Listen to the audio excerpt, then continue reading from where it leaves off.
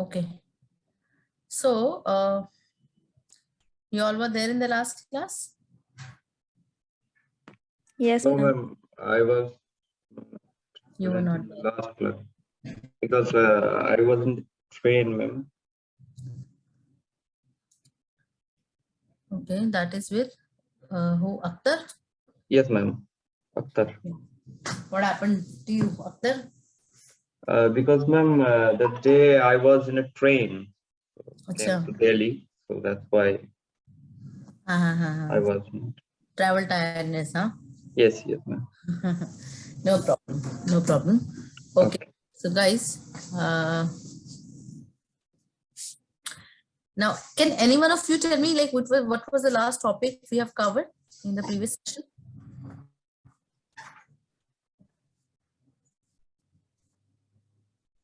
Have we completed motivation, Maslow theory, and all this hygiene factors?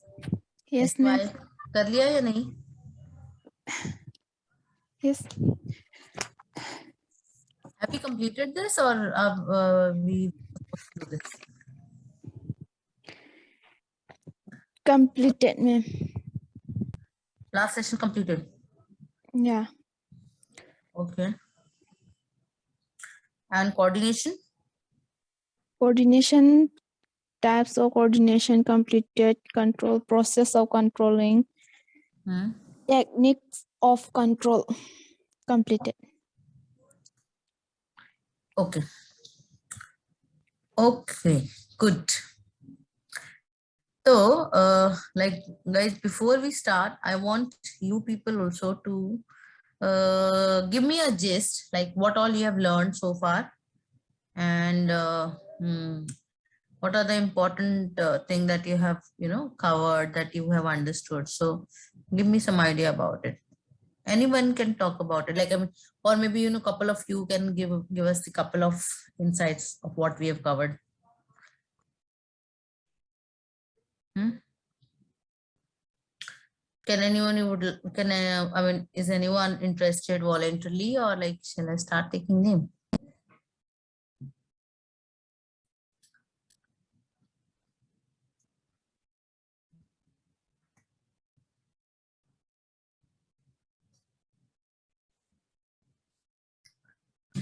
Guys, who would like to talk about the topics we have covered so far? Just kind of you can give me like just the overview, so that we can recall all the topics. Ritika, Gopikesh, Drishti.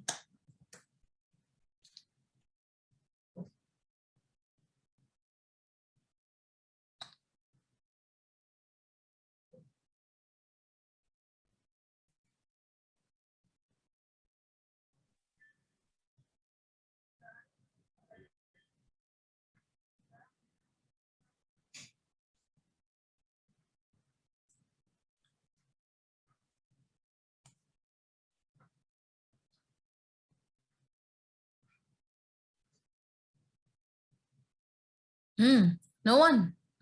हम पढ़ाई नहीं कर रहे क्या घर पर?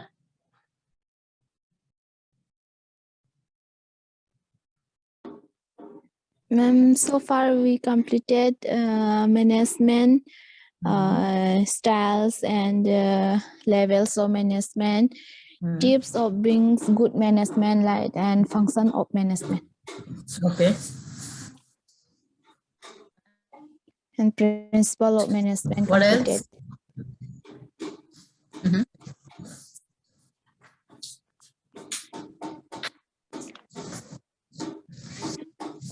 Okay.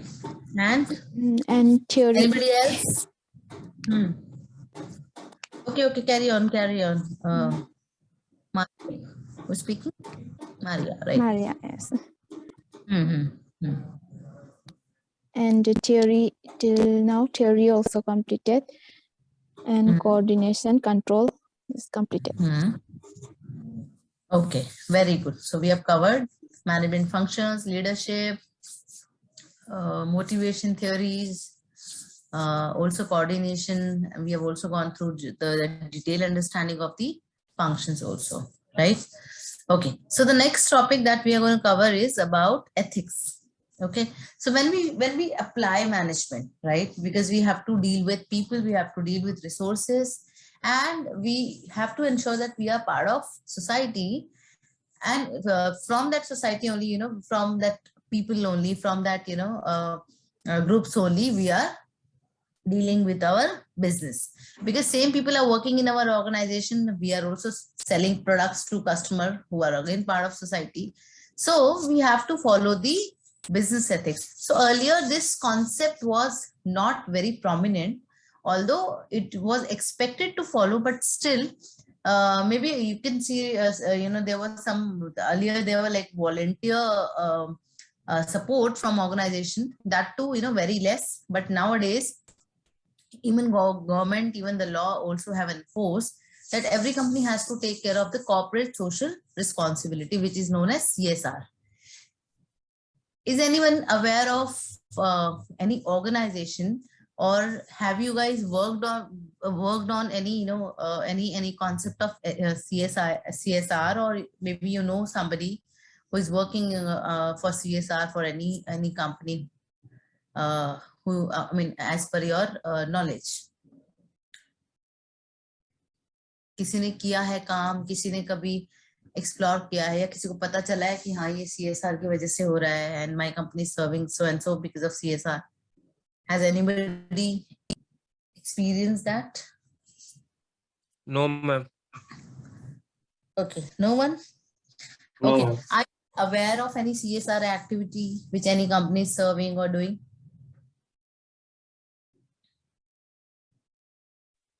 नहीं ma'am, नहीं पता। नहीं पता। Yes, sir. अच्छा, नहीं, अब आप CSR के बारे बहुत में नहीं पता। Okay. आपने प्रॉक्टर एंड गैम्बल का नाम सुना है, PNG? जी मैम। आपने कभी ये देखा एड्स में बताया जाता है कि इस प्रोडक्ट का 5% चाइल्ड केयर में जा रहा है, या बच्चों की एजुकेशन के लिए जा रहा है, या फीमेल एजुकेशन अपलिफ्टमेंट के लिए जा रहा है? ऐसे कभी एड्स देखी जी, आप? आती है रोज आती शांति का आता है, हाँ, प्रॉक्टर एंड गैम्बल के काफी सारे प्रोडक्ट्स का आता है। अनुपम खेर ने भी 1-2 प्रोडक्ट्स को एंडोर्स किया था, जिसमें वो बताया था कि भाई ये इसका 1%, 5%, 10% जो भी है, वो बच्चों के इसके कंपनी के लाभ का 10%, राइट? सो कंपनी के प्रॉफिट्स का 5%, 10% जो भी है वो, देखो, कंपनी खुद से इंटरेस्टेड नहीं होती अपना प्रॉफिट किसी के साथ एक्सटर्नल शेयर का। Obviously no one would be interested to share the money, right? Until unless you have some sort of either motivation or some sort of force behind that. So nowadays even government have also have also enforced or created the CSR activity or CSR department or CSR regulations for the companies to follow. ठीक है? Clear? So management ethics भी expected होता है कि जब आप काम कर रहे हैं, सो इंश्योर किया जाता है कि लोग उसको यानी कि कंपनी उसको प्रॉपर्ली एथिकली फॉलो करें, लोगों के साथ अच्छा बिहेवियर हो, किसी तरह के अनफेयर मीन्स ना हो, फेयर रेम्यूनरेशन हो, फेयर ग्रोथ मिले, फेयर प्रमोशंस मिले। तो ये सारी चीजें जो है एथिक्स का पार्ट है। So management ethics क्या है? Management ethics is related to social responsiveness of a firm. It is a discipline dealing with what is good and bad or right or wrong, or with moral duty and obligation. So it is a standard of behavior that guides individual managers in their works. It is set of moral principle that governs the actions of an individual or a group. And business ethics भी एक application है इसी तरह के ethical principles का to business relationship and activity. When managers assume responsibility, social responsibility, it is believed they will do ethically, that is they know what is right and wrong. Means जो भी काम किया जाएगा उसको एथिकली किया जाएगा, जहां पर सही गलत, good bad, good wrong right का एक ethical follow up hoga. So that is going to be a ethics.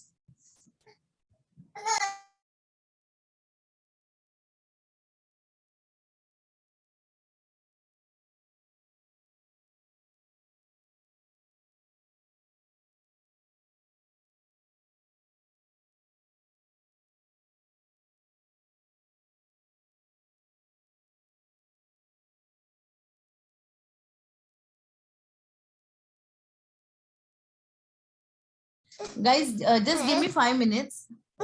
I'll be back in 5 minutes, guys. So in the meanwhile, you can go through the need of business ethics, and I'll explain that. Okay. Okay.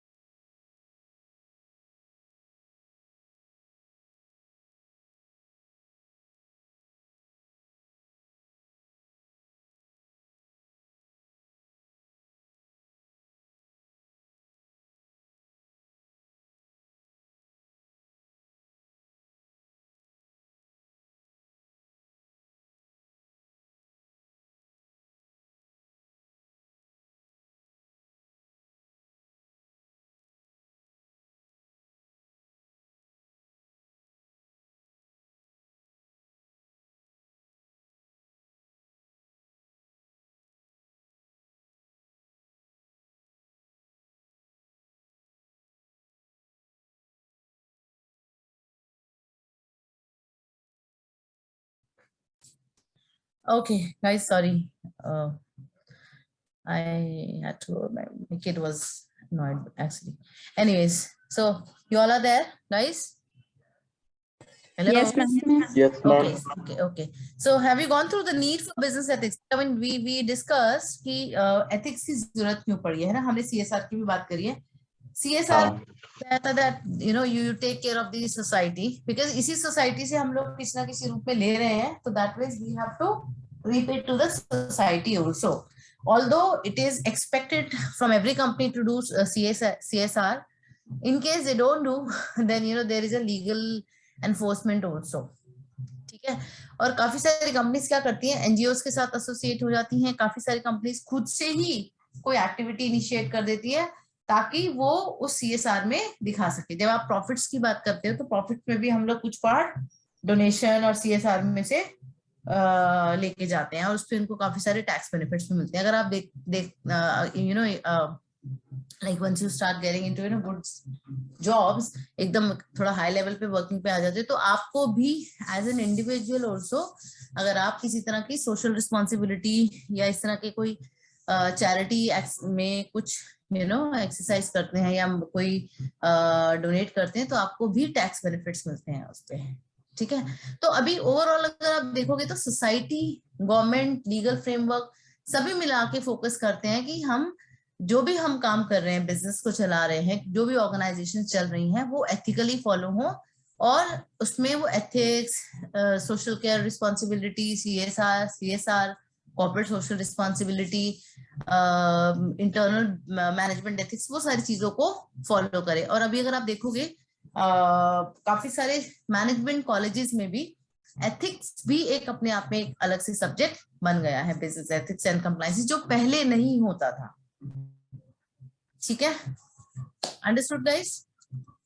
So why do we need business ethics? हमें जरूरत ही क्या है इसकी? So business organizations are economic and social institutions that serve customers, जो हमने बात करी है.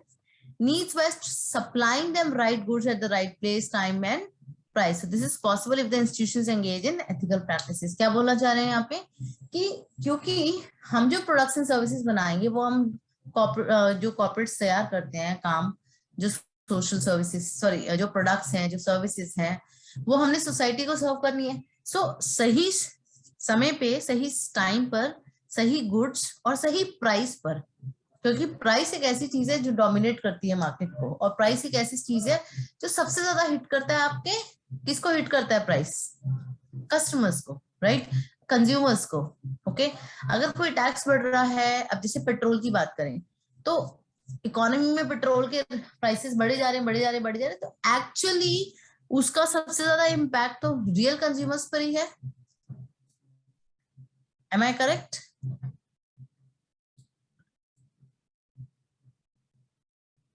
Hello? Yes, ma'am. Are you aligned with me, guys? Yes, ma'am. Okay. Yes, ma'am. So जब हम पेट्रोल की बात कर रहे हैं तो पेट्रोल के प्राइसेस बढ़ने पर सबसे ज्यादा जो लॉस है या सबसे ज्यादा प्रॉब्लम हम लोगों को आ रही है. Yes, ma'am. करेक्ट. सो अगर हम जहां पर बात करते हैं कि अच्छा, दूसरी बात, अगर आपने बीच में अभी देखो जैसे कोविड हुआ, कोविड होने पर काफी सारे स्टोर्स में, काफी सारे जनरल स्टोर्स में गुड्स के प्राइस भी बढ़ गए थे. करेक्ट. बिकॉज सबको लगा था पीछे से ट्रांसपोर्ट नहीं होगा, गुड्स आएंगे नहीं, और जो है लिमिटेड स्टॉक है उसको महंगे में बेच लो, राइट. तो वो एक अनएथिकल बिहेवियर हो गया, but still it happened in the society. People had to buy. Reason भी उनके पास, सबको ये था कि हम 2-2 महीने के लिए अपने घरों में बंद हो जाएंगे तो हमारे पास एटलीस्ट खाने पीने का तो हो, राशन तो हो. So even consumers have also bought it at higher prices, thinking that now I don't know what life people used to say. मतलब हम लोगों ने जब कुछ उस पर भी रिसर्चेस किए तो लोगों ने बोला था कि पता नहीं जिंदगियां कितनी बची हैं, तो एटलीस्ट खाना तो खाएं, राइट. बट उस टाइम पर उन प्रोडक्ट्स के अगर प्राइसेस बढ़े तो एक कोई कंट्रोल पूरी तरह से 100% काम नहीं कर पाया. बट जैसे जैसे थोड़ा सा कंट्रोल समझ में आने लगा, गवर्नमेंट ने अपने हाथ में लेना शुरू किया, तो इस तरह के प्राइस हाइक्स पर भी उन्होंने कंट्रोल करना शुरू किया. गवर्नमेंट ने एक्शंस लेना शुरू किए. they started they started ensuring that the transportation is not getting impacted, goods जो है transfer होते रहे, और transportation of raw material है या finished goods है, उस तरह में कोई चीज नहीं रुके। तो अनएथिकल बिहेवियर को रोकने के लिए यही स्टेप था। तो हमें क्यों जरूरत है बिजनेस एथिक्स की, कि किसी तरह से कभी ऐसा ना हो कि गुड्स एंड सर्विसेज सही समय पे नहीं पहुंचा रहे, सही क्वांटिटी में नहीं पहुंचा रहे हम लोग, या ज्यादा प्राइसेस पे दे रहे हैं, और अच्छा सही क्वांटिटी में नहीं पहुंचा रहे हैं, सही समय पे नहीं पहुंचाएंगे तो क्या होगा?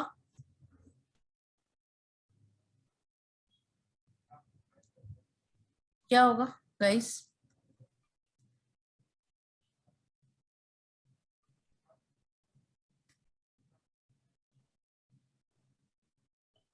अगर आपको सामान सही जगह पे सही समय पे नहीं मिल रहा तो आप क्या करोगे?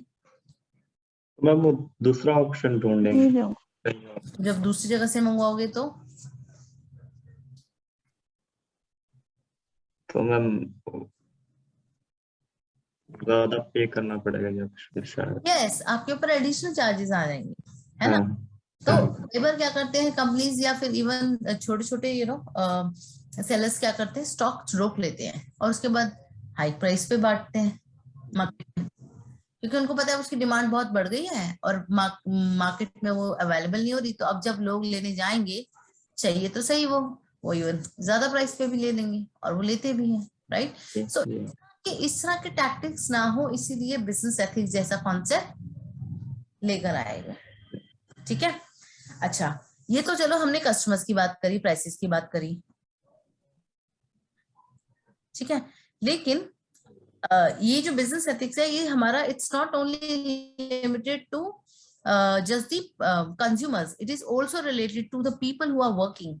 I mean their health conditions, their salaries, their survival mechanism, then and then the the remuneration, the growth, the performance, also the tax evasion. What is tax evasion?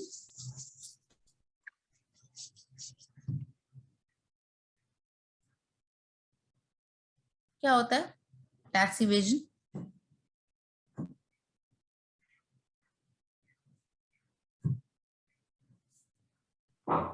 Ma'am tax को बचाना होता है, हाँ, बेसिकली टैक्स की चोरी। हाँ जी, ठीक है, तो टैक्स की चोरी ना हो, राइट? टैक्स की चोरी ना हो इसलिए भी स्टेप्स फॉलो किए जाते हैं। गवर्नमेंट काफी सारे चेक्स रखते हैं, जैसे कि आपका ऑडिट्स करवाए, रेगुलर ऑडिट्स करवाए। इवन कंपनीज को भी ये कंप्लायंस में डाला जाता है कि साल में 2 बार आपने अपने ऑपरेशंस के ऑडिट्स करवाने हैं, आपने अपनी बुक्स को ऑडिट करवाना है, आपने अपने प्रोसेसेस को ऑडिट करवाना है, आपके पास जो HR पॉलिसीज है उसको ऑडिट करवाना है, राइट? सो और दूसरी बात, आपका टैक्स इवेजन में क्या क्या प्रॉफिट, कितना प्रॉफिट हो रहा है, आप कहाँ से कैपिटल ला रहे हो, कहाँ से आपके यहाँ मनी इंड्यूस हो रही है, कैसे कैसे आप अपने प्रॉफिट्स को डिस्ट्रीब्यूट कर रहे हो, दिखाओ आपके शेयर होल्डर्स कहाँ हैं, आपके डिबेंचर होल्डर्स कहाँ हैं, right? So all these things, all these steps are taking place in order to ensure that the business practices followed in the companies are ethical enough so that हम जो society को दे रहे हैं या society के पास जो अल्टीमेटली आ रहा है वो जेन्युइन हो। ठीक है, उसके बाद हम बात करते हैं, ये तो हमने बात कर ली पहले कस्टमर्स की, फिर हमने बात कर ली अपने internal aspects की, which is HR and money and tax evasion, everything. Now we also need to work on the social and moral aspects of the companies. That means the interest of the company should also matches the social and the moral interest or the moral impact on the society or on the country or on the world.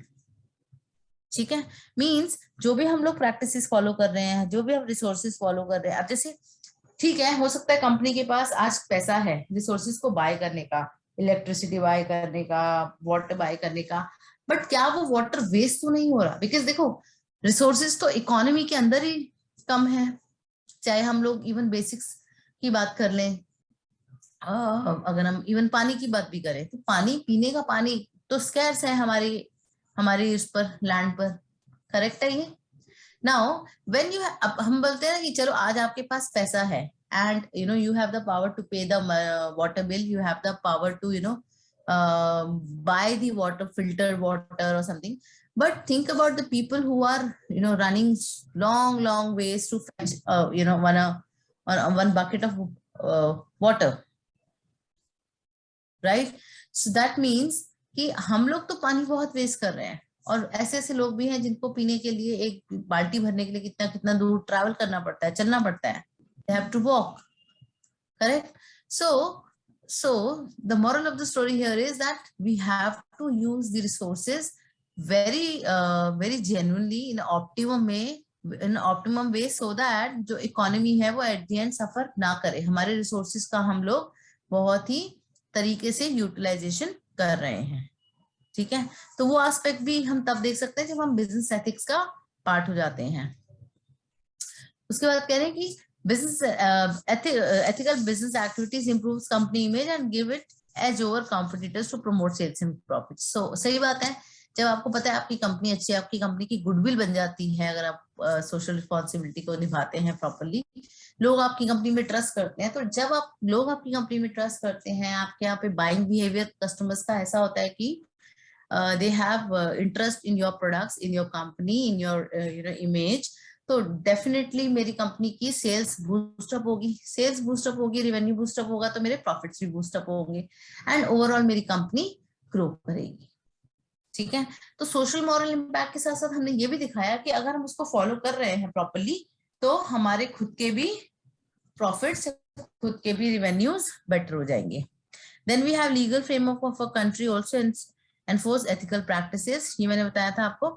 Under consumer protection act, ये disadvantage नहीं है, ये consumer है.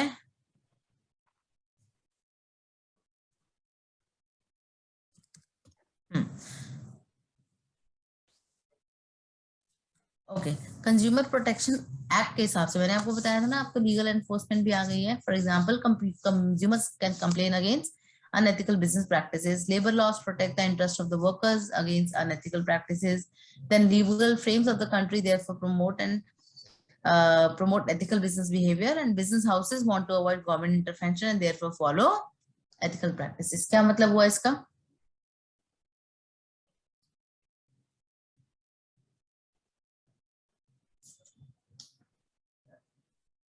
क्या मतलब हुआ इस point का guys?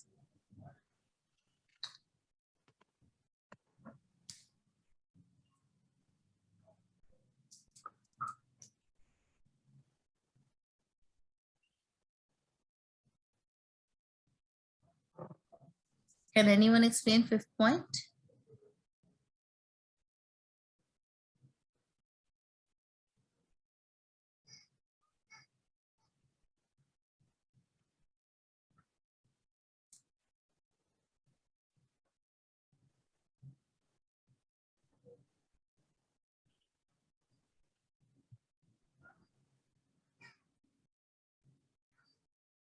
Akhtar, would you like to explain next fifth point?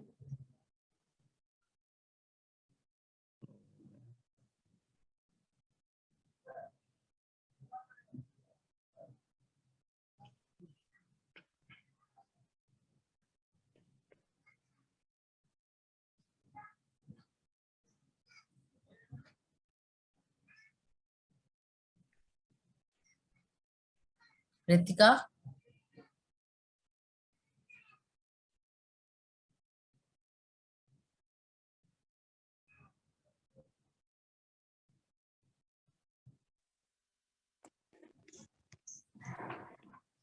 Hello, ma'am. Yeah, would you like to explain fifth point? I can't explain nicely, but what I understand, let me share it. Because in this point, if there is any unethical program is there, means we can use other legally action. Like in here under Protection Act, Consumer Protection Act, if any the consumer did not get their what to say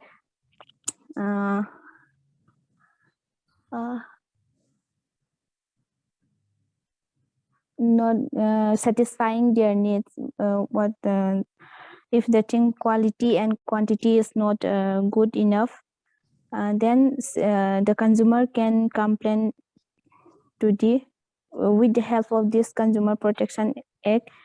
She can complain to this even whenever she go to any shop or the mall, if she did not get the things quality and quantity, if the things is not maintaining properly, then she can complain to the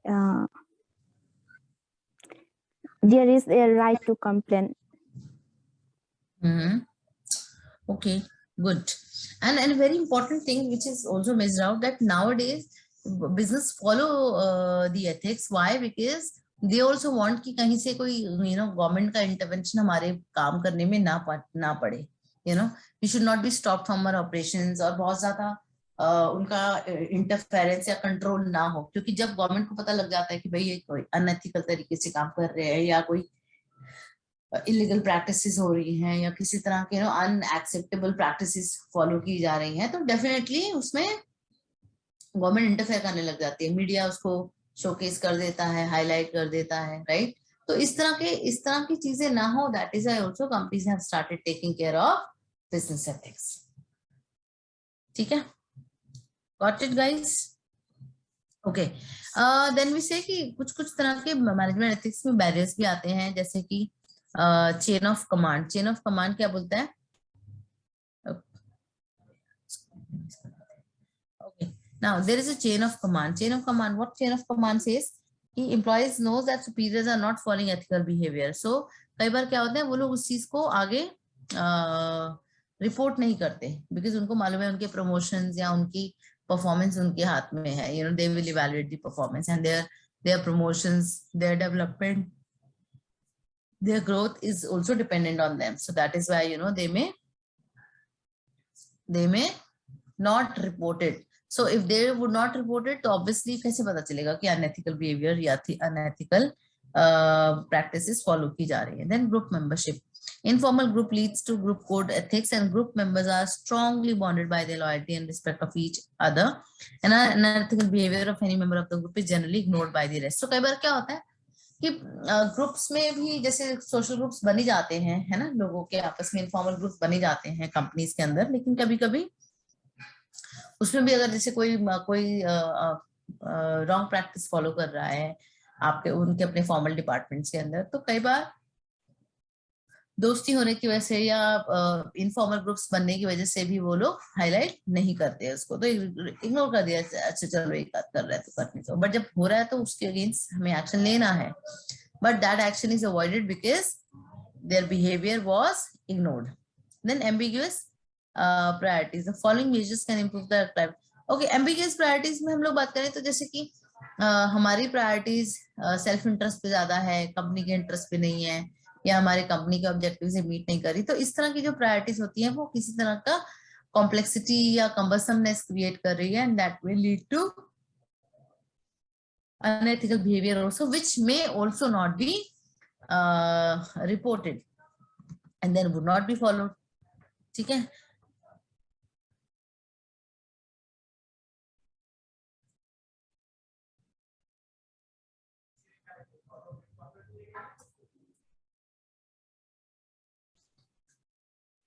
okay, now the next is decision making. So what do you understand by decision making?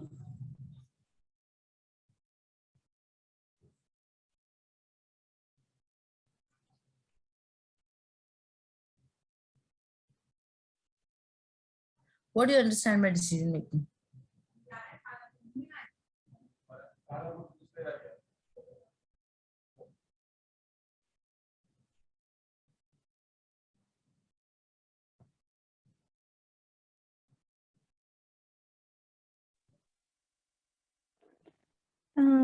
Decision making is by choosing a right way, right choice to make my goal achieve.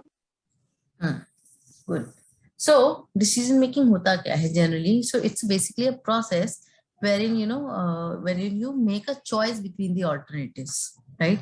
जो आपके पास options हैं उन सबको इकट्ठा करना, options को इकट्ठा करना, इंफॉर्मेशन गैदर करना, उनको इवैल्यूएट करना, उसके बाद देखना कि मेरे लिए बेस्ट ऑप्शन कौन सा है. So that would be your decision, right?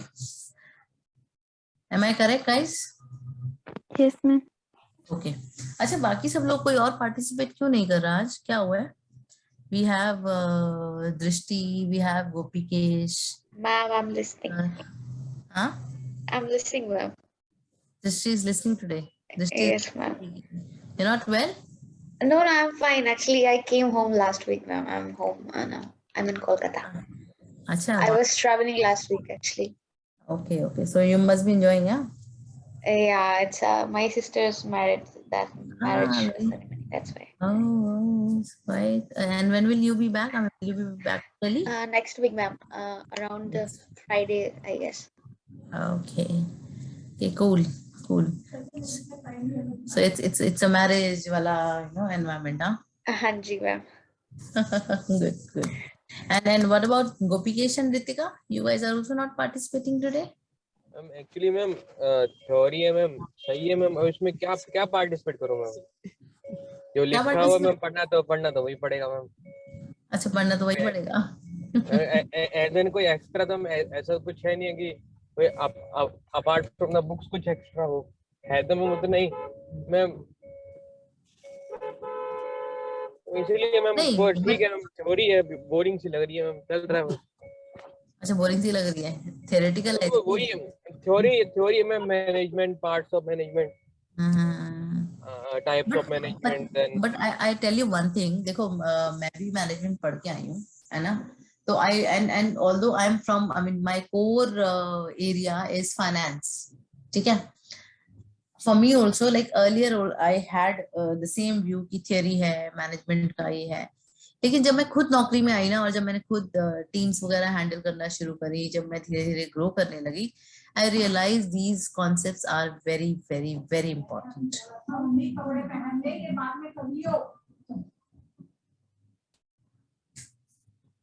Understood? Okay ma'am.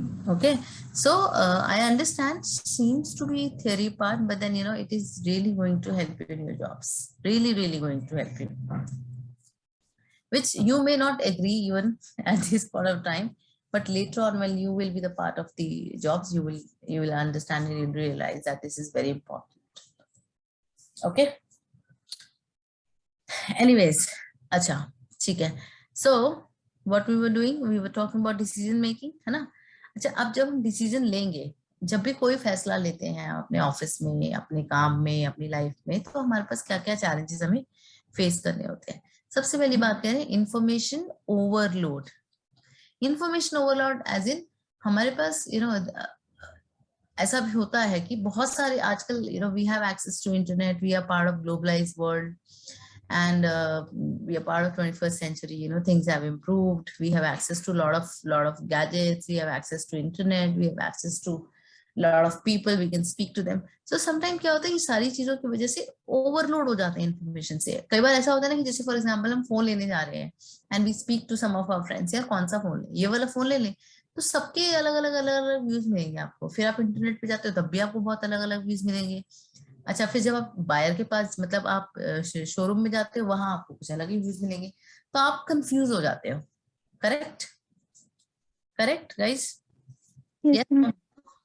Yes, ma'am. ऐसा हुआ है किसी के साथ रियल लाइफ में कि कोई एक डिसीजन लेना है बट उसमें बहुत सारे लोगों का इनपुट आने की वजह से आप कंफ्यूज हो गए, डिले हो गया? ऐसा कोई एग्जांपल शेयर करना चाहेगा?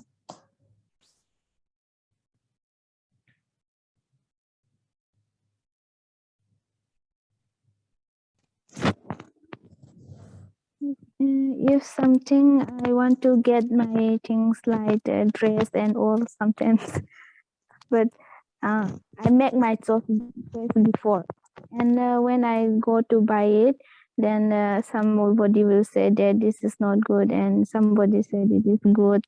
This sometimes happen too. Right. Okay. So this is about But yeah. it takes me to get my decision. It takes time. It like takes 5 time. minutes, Yes. 10 minutes, according to the situation, it will take time, I think so. That's true. That's true. Any other real life example, guys, for any decisions?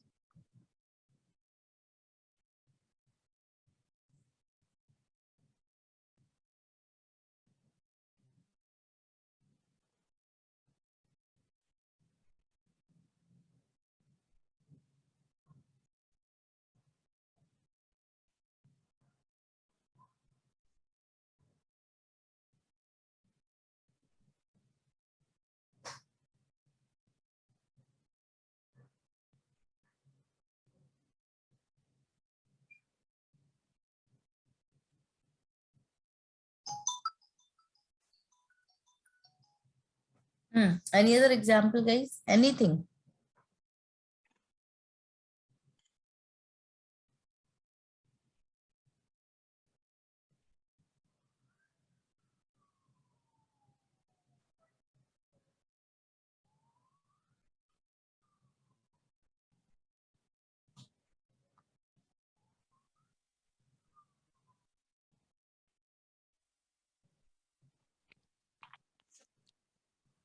नहीं, कोई ऐसा example नहीं हुआ जहाँ पे overload information की वजह से या ज्यादा ओपिनियंस की वजह से आप कभी कंफ्यूज हो गए हो या फिर आप डिसीजन ना ले पा रहे हो? बहुत सारी चीजें ऐसी सिचुएशंस आती हैं in your both personal and professional life.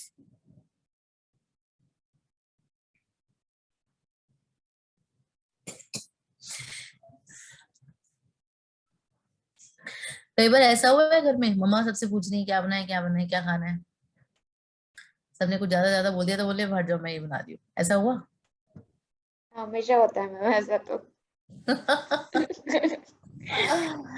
Right, सो तो मदर ओवरलोड हो जाती है, कुछ ज्यादा इंफॉर्मेशन मिलने जाती है ना, हो जाता है ना। ब्रेकफास्ट में होता है सबसे ज्यादा मैम ऐसा। ब्रेकफास्ट में होता है सबसे ज्यादा, हाँ लंच में तो फिर भी वी हैव टाइम नो। हाँ जी मैम। हाँ तो ब्रेकफास्ट में उठते ही फिर वो सोचता है कि यार क्या बनाए, कितना टाइम है, कैसा, और सबके अपने अपने मूड्स, किसी को अच्छा खाना है, किसी को ये खाना है ना। हाँ जी। हाँ तो that means you know that happens in management also, क्योंकि देखो मैनेजमेंट में फ्लो ऑफ इंफॉर्मेशन काफी जगह से आता है, जैसे कि आपके सुपरवाइजर से भी आएगा, आपके सुपीरियर्स, आपके सबऑर्डिनेट से भी आएगा, देन आपके कोलीग से भी आएगा, तो sometime you also get confused कि अभी हमें क्या करना चाहिए, या फिर उन सारे ऑल्टरनेटिव्स या उन सारे फीडबैक्स को, उन सारे इंफॉर्मेशन को इवेल्युएट करने में हमें टाइम लग जाता है, which may also lead to delay in the decision making. ठीक है, ठीक है, चलो ये तो हो गया हमारे पास ओवरलोड से। अब कभी कभी इंफॉर्मेशन की कमी से भी हमें ऐसा मिलता है, ऐसी सिचुएशंस फेस करनी पड़ती हैं, करेक्ट? कोई एग्जांपल देगा? अभी बहुत बड़ा रिसेंट एग्जांपल है हमारे पास, which we all have faced.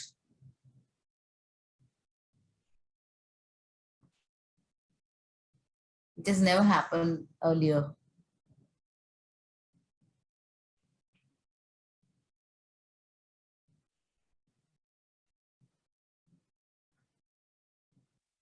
Hello, ma'am. Please, can you repeat it? I didn't got. Sorry? Can you repeat it? I went 1 minute to there. Okay, my question is, earlier, like we have discussed about overload of information. Now, have you experienced any challenge wherein you have not taken a decision, or your decision is delayed because of lack of information?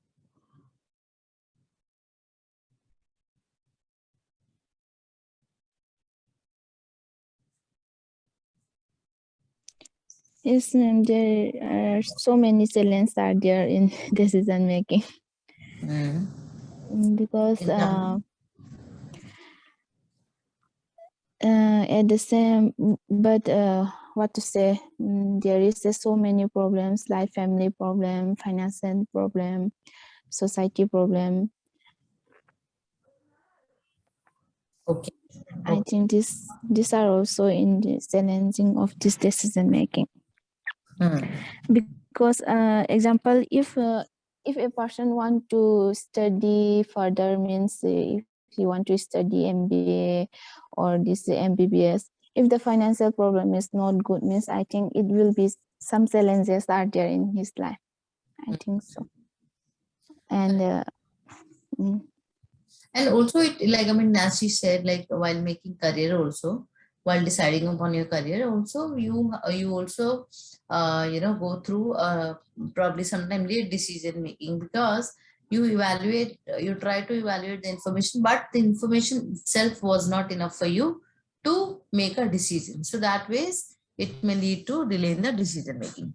Then the third is misidentifying the problem. So ये बहुत ज्यादा होता है companies के अंदर, मिसआइडेंटिफाइंग problem, ये बहुत ज्यादा होता है कि हमें एग्जैक्टली इशू क्या है वही नहीं समझ में आया होता, या हम लोग सोचते हैं कि हमने आइडेंटिफाई कर दिया इशू, बट वो इशू था नहीं, राइट।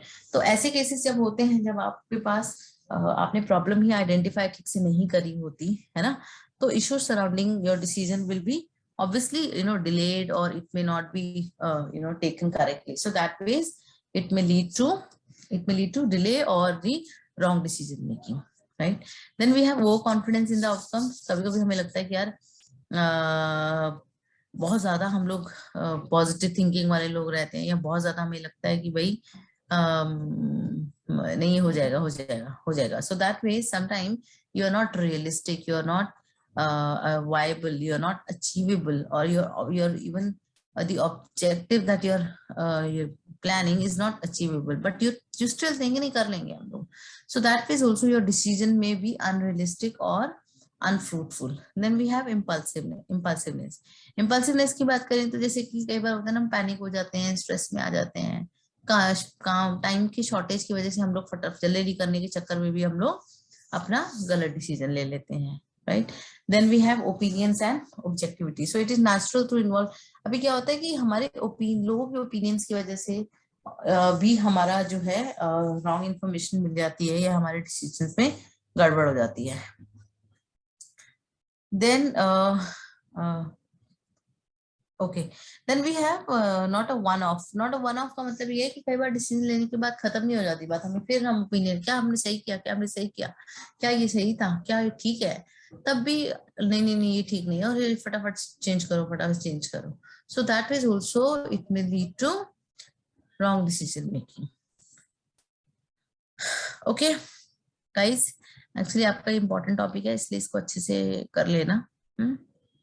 ये इसको have.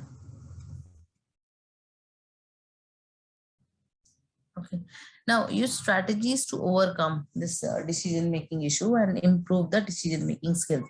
सबसे पहले क्या करेंगे, reframe the problem. देखो जब भी हमारे पास सामने अपनी हमारी प्रॉब्लम खड़ी हो जाती है या हमारे सामने आ जाती है, तो हम क्या करेंगे, उसको रीवैल्यूएट करें, उसको देखें कि हमारा जो प्रॉब्लम, जो इशू हम लोग वहां से exactly we trying to understand, क्या वो एग्जैक्टली सेम है, हमारी सोच जो कह रही है क्या वो बिल्कुल करेक्ट है, तो इसलिए हमसे उसको रीइवैल्यूएट करने की कोशिश करेंगे. उसके बाद कह रहे हैं कि मेकिंग एविडेंस बेस्ड डिसीजन. तो जब हम डिसीजन लेने जाएंगे, फैसले लेंगे, कोशिश करेंगे हम लॉजिकल डिसीजंस लें. तो लॉजिकल डिसीजंस लेने के लिए क्या होता है, आप अपने एविडेंसेस रखो. जैसे फॉर एग्जांपल अगर आप करियर की बात करते हो, you want to choose a MBBS career from some college, तो you would always like to see कि जो पहले वाले स्टूडेंट्स हैं उनका कैसा परफॉर्मेंस रहा, आज वो कहाँ है अपनी लाइफ में, कितना उन लोगों ने सक्सेसफुली अपने प्रैक्टिस को किया, कौन से हॉस्पिटल्स में उनकी आज जॉब लगी हुई है. So that means basis the evidences you are taking a decision, right? So you are making a logical decision keeping the evidences evaluated in advance, so that आपका जो भी decision है वो गलत ना हो. ठीक है, clear है guys? All clear? Yes, for everyone. Yes ma'am.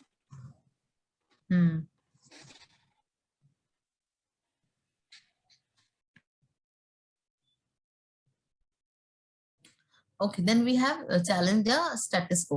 Means यानी कि जो भी हम लोगों ने ऑप्शन चूज किया है, जो भी हम लोगों ने एक प्लानिंग बनाई है, जो भी हम लोगों ने डिसीजन लिया है, उसको हम कोशिश करेंगे जस्टिफाई करने की, बार बार उसको एक बार रिकोर्स कर लेंगे, ताकि ये देखने के लिए कि व्हाटएवर डिसीजन और whatever outcome is it matching और नॉट.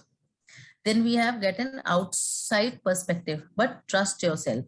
कि हम लोग ठीक है ओपिनियंस हैं लोगों के, हम लोग लोगों के यू नो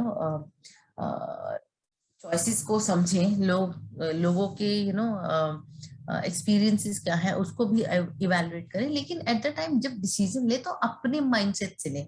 अपने माइंडसेट से लेने का मतलब है कि अपने पास जितने रिसोर्सेज हैं, अपने पास जितना टाइम है, अपने पास जितनी कैपेसिटी है उसके बेसिस पे ले, not as per the capacity of the outsiders. Then develop an eye for risk.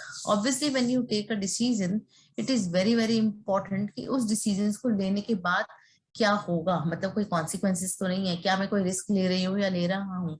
जैसे फॉर एग्जाम्पल अगर आपको इन्वेस्टमेंट्स करनी है तो आप कहाँ इन्वेस्ट कर रहे हो, ठीक है, अब उसके क्या क्या रिस्क होंगे, वो सारी चीजों को इवेल्युएट करने की एक नजर होनी चाहिए, ठीक है। अच्छा, डिसीजन लेते हुए कई बार हम लोग क्या करते हैं कि पास्ट मिस्टेक्स की वजह से बहुत ज्यादा ना प्रेशर में रहते हैं। ये स्पेशली बिजनेस करते वक्त लोगों को होता है कि यार मैंने ऐसा किया था पिछली बार तो ऐसा हुआ था, उसकी वजह से कई बार हम नेक्स्ट टाइम रिस्क लेने में या नेक्स्ट टाइम उस तरह से सोचने में, इवैल्यूएट करने में या इन्वेस्ट करने में इंटरेस्टेड नहीं होते, या हम अपना थोड़ा सा हाथ खींच लेते हैं that you know we should not be doing it because last time हमें बहुत ज्यादा अच्छा नहीं मिला, या हम अब लोगों पे ट्रस्ट नहीं करेंगे, अपनी टीम पे ट्रस्ट नहीं करेंगे because my team didn't perform last time. Maybe now you have different set of people, different kind of people, different education of people, which I mean who may be a performer. So these all traits may lie to or may lead to a better output, but we are not ready to take risk because of the past experience. तो ऐसा नहीं होना चाहिए, हमारे past mistakes या past mindset हमारे current decision को influence ना करे। एक इंफॉर्मेशन जरूर दे, एक अलार्म जरूर दे कि देखो लास्ट टाइम ऐसा हुआ था, लेकिन लास्ट टाइम के बेसिस पे अभी करंट डिसीजन पूरी तरह नहीं लिया जा सकता, ठीक है। डिसीजन लेते वक्त ऑब्वियसली हमें ऑनेस्ट भी होना पड़ेगा अपने लिए कि भाई हम जो डिसीजन ले रहे हैं हमारे बिल्कुल ऑनेस्ट और जेन्युइन बेसिस पे ले रहे हैं, और हमें डिसीजन में बी डिसाइसिव। बी डिसाइसिव का मतलब क्या है कि डिसीजन लेते वक्त हमें फर्म रहना है, हमें ये नहीं सोचना कि भाई अच्छा कल कर लेंगे, अच्छा परसों कर लेंगे। हम ले लिया तो ले लिया, डिसीजन ले लिया और अब उसको हम प्रॉपर्ली फॉलो करें, यानी कि उसके जो भी स्टेप्स हैं, उसके जो भी आउटपुट है या जो भी हमने प्लान किया है वो पूरा करना है, ठीक है गाइस, क्लियर? Yes, ma'am. इस पर कोई टॉपिक आएगा आप लोग लिख लोगे?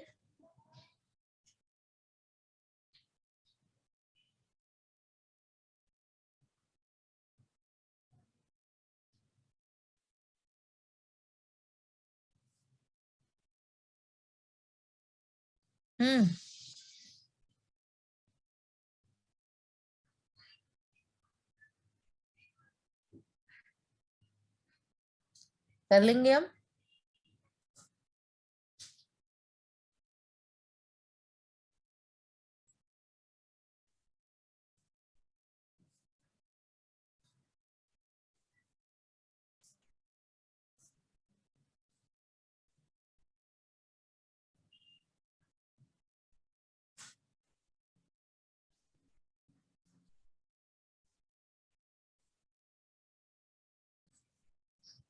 नहीं कर पाएंगे इस वाले टॉपिक को कि कर पाएंगे?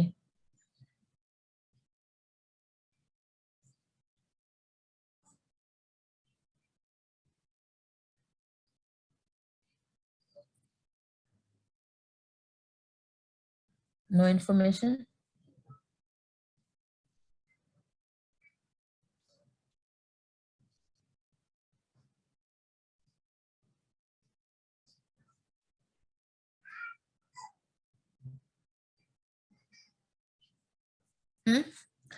No information guys, hello. Ma'am पढ़ने का मूड नहीं आ रहा?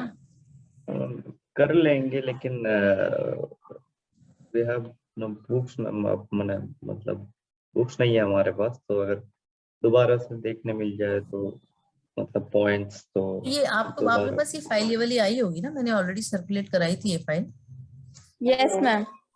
है ना, तो आप उसमें से कर सकते हो। ओके देन कर लेंगे हम। कर लेंगे, ठीक है। थोड़ा सा ना इसको इस तरह गो थ्रू कर लो कि अगर बाय द वे आपका इस बार MCQs होते हैं तो you'll be able to answer, ठीक है। Okay. Next we have evolution of management theory.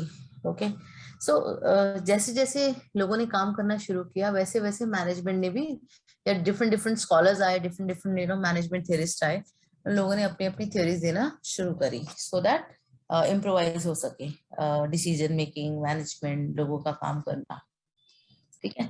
सबसे पहले आपका प्री साइंटिफिक मैनेजमेंट पीरियड था। Pre scientific management period basically आपका 18th सेंचुरी में हुआ था, and had a significant impact on management as a whole. Now it changed how business as well as individual raised capital, organized labor and production of goods. Entrepreneurs also had access to all the factors of production such as land, labor, capital, and this was to make an effort to combine these factors to achieve targeted goals successfully. देखो क्या बोलना चाह रहे हैं कि ये industrial revolution आया जो प्री साइंटिफिक मैनेजमेंट पीरियड में आया था, जो कि 18 सेंचुरी के आसपास था। उसमें क्या हुआ कि माइंडसेट चेंज होने लगे, लोगों का काम करने का तरीका, कैसे बिजनेस को फॉलो करना है, कैसे चलाना है, कैसे इंडिविजुअल्स को यूटिलाइज करना है फॉर द बिजनेस, कैसे कैसे कैपिटल रेज करनी है, कैसे लेबर को ऑर्गेनाइज करना है। एंटरप्रेन्योर्स ने भी जनरली इन सारे फैक्टर्स को एक्सेस करना आसान थोड़ा सा समझा या बेटर हो गया उनके पास। जिस कौन से फैक्टर्स ऑफ प्रोडक्शन होते हैं, land, labour, capital and entrepreneurs. ये चार चीजें मिलके ही काम होता है भाई, जमीन, लेबर और पैसा। पैसे में मतलब कैपिटल में आपका मनी और मशीन सब आ जाता है, तो उन सबको एक एंटरप्रेन्योर यूटिलाइज करता है या इस तरह से चलाता है ताकि जो एक ऑब्जेक्टिव है ऑर्गेनाइजेशन का वो मीट हो सके, ठीक है। अच्छा, अब ये तो हमने पढ़ा प्री साइंटिफिक मैनेजमेंट पीरियड जिसमें ये सारी चेंजेस आई थी। अब आपके पास आता है क्लासिकल थ्योरी, जिसके अंदर आपके ये बैबेज, रॉबर्ट ओन्स, इस तरह के लोग थे जिन लोगों ने अपने अपने ओपिनियंस देना शुरू करे। इस पीरियड के अंदर मैनेजमेंट ने सोचा कि जो जॉब्स हैं उनको कैसे हम बांटे, मतलब डिवीजन ऑफ लेबर कैसे हो, काम को कैसे स्टैंडर्डाइज कर सके, मतलब जो कंटेंट है काम का, मतलब काम करने के तरीके, ये सारी चीजों के ऊपर चेंजेस लाना शुरू किया, इनको रेवोल्यूशनाइज करना शुरू किया। मतलब पहले क्या होता कोई कुछ भी कर ले, पर इन सब लोगों ने बोला नहीं, एक काम करने का एक पूरा एक तरीका बनाया जाए, काम को बांटा जाए, डिवाइड किया जाए ताकि पूरा काम एक बंदे पे ना डाला जाए। उसके बाद एक नियो क्लासिकल थ्योरी आई, इसमें मॉडिफाइड और इम्प्रूव्ड क्लासिकल थ्योरी बोलते हैं इसके अंदर, जिसमें हम ज्यादा एम्फेसाइज जो है वो लोगों के रिलेशनशिप्स के ऊपर बात करी, मतलब एम्प्लॉयज का कैसा रिलेशनशिप है, वर्क एनवायरनमेंट कैसा है, उसके बेसिस पे। मतलब पहले हम लोग सिर्फ काम पे बात कर रहे थे, यहाँ पर हम लोग एम्प्लॉयज के और रिलेशनशिप्स के बारे में बात कर रहे हैं। फिर एक और मॉडल था जिसको बोलते हैं ब्यूरोक्रेटिक मॉडल, जो मैक्स वेबर ने दिया था।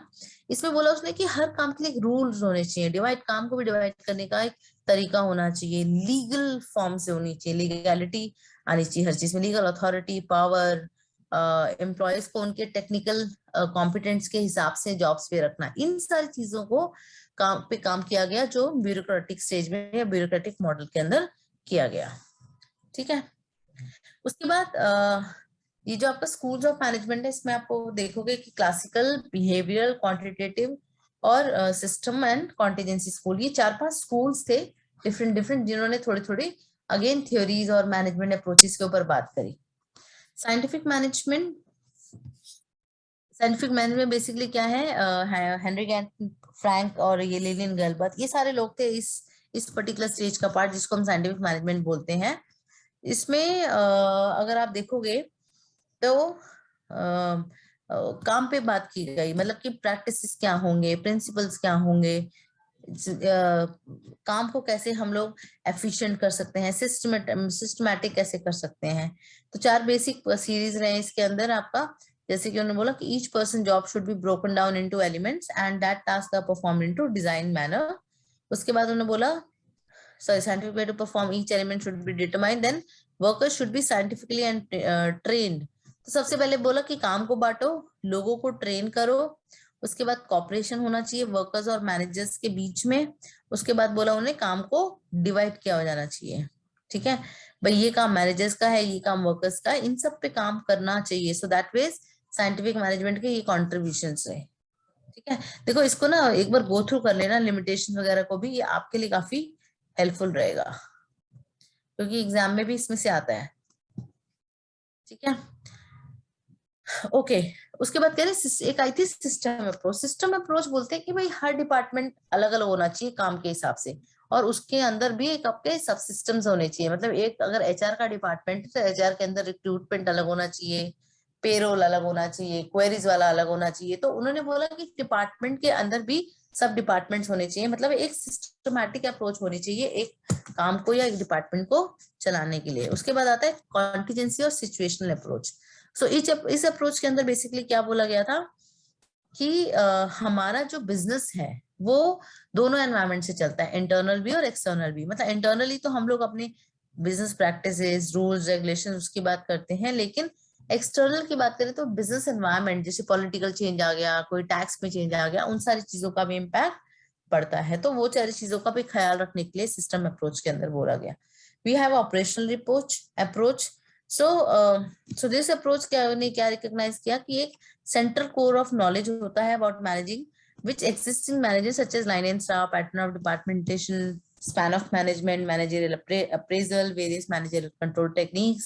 So basically क्या है, वो बोलते हैं कि किसी भी काम को करने के लिए एक सेंट्रल नॉलेज रहेगी, जिसमें हमारे जैसे कि अगर हम लाइन एंड स्टाफ की बात करते हैं, क्या होता है line and staff? Any idea guys? Any idea?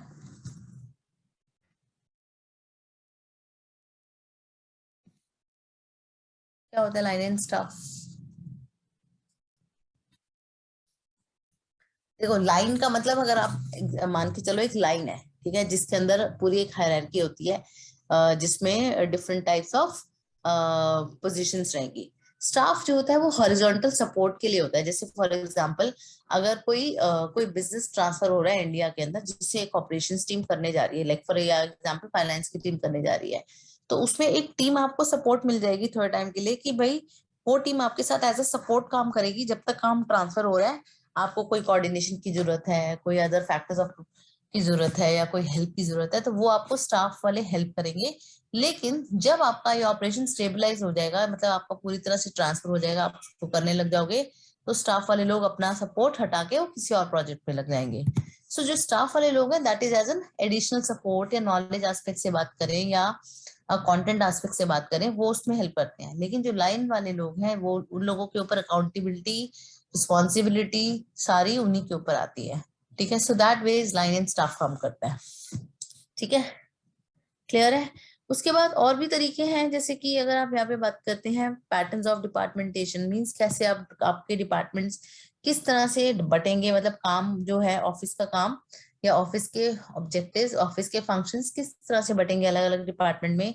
Span of management क्या होगा, एक बंदे के अंदर कितने और जूनियर्स होंगे, किस तरह का कंट्रोल होगा, अप्रेजल मैनेजमेंट कैसा होगा, मीन्स कैसे कैसे प्रमोशंस और वो सब किए जाएंगे। वो सारी चीजें आपकी ऑपरेशनल सपोर्ट के अंदर आ जाती है, ऑपरेशनल अप्रोच के अंदर आ जाती है। ठीक है, अच्छा अब एक इम्पॉर्टेंट टॉपिक है जो आपका एग्जाम पॉइंट ऑफ व्यू से इम्पोर्टेंट है, monetary and non monetary factors of motivation. हमने मोटिवेशन पढ़ा था पहले,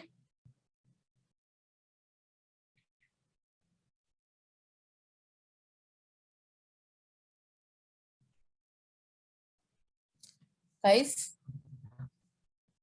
hello, is everybody sleeping? No, Yes, ma'am. ma'am, I can hear you. दृष्टि को नींद आ गई थी? हाँ दृष्टि? नहीं मैम, मैं सुन रही थी। अच्छा, गोपीकेश को आ गई जी मैम, जी मैम। नींद? आ गई? नहीं, आप मोटिवेशन के रिगार्डिंग पूछ रहे थे। Oh very good. तो बताया कि नहीं फिर?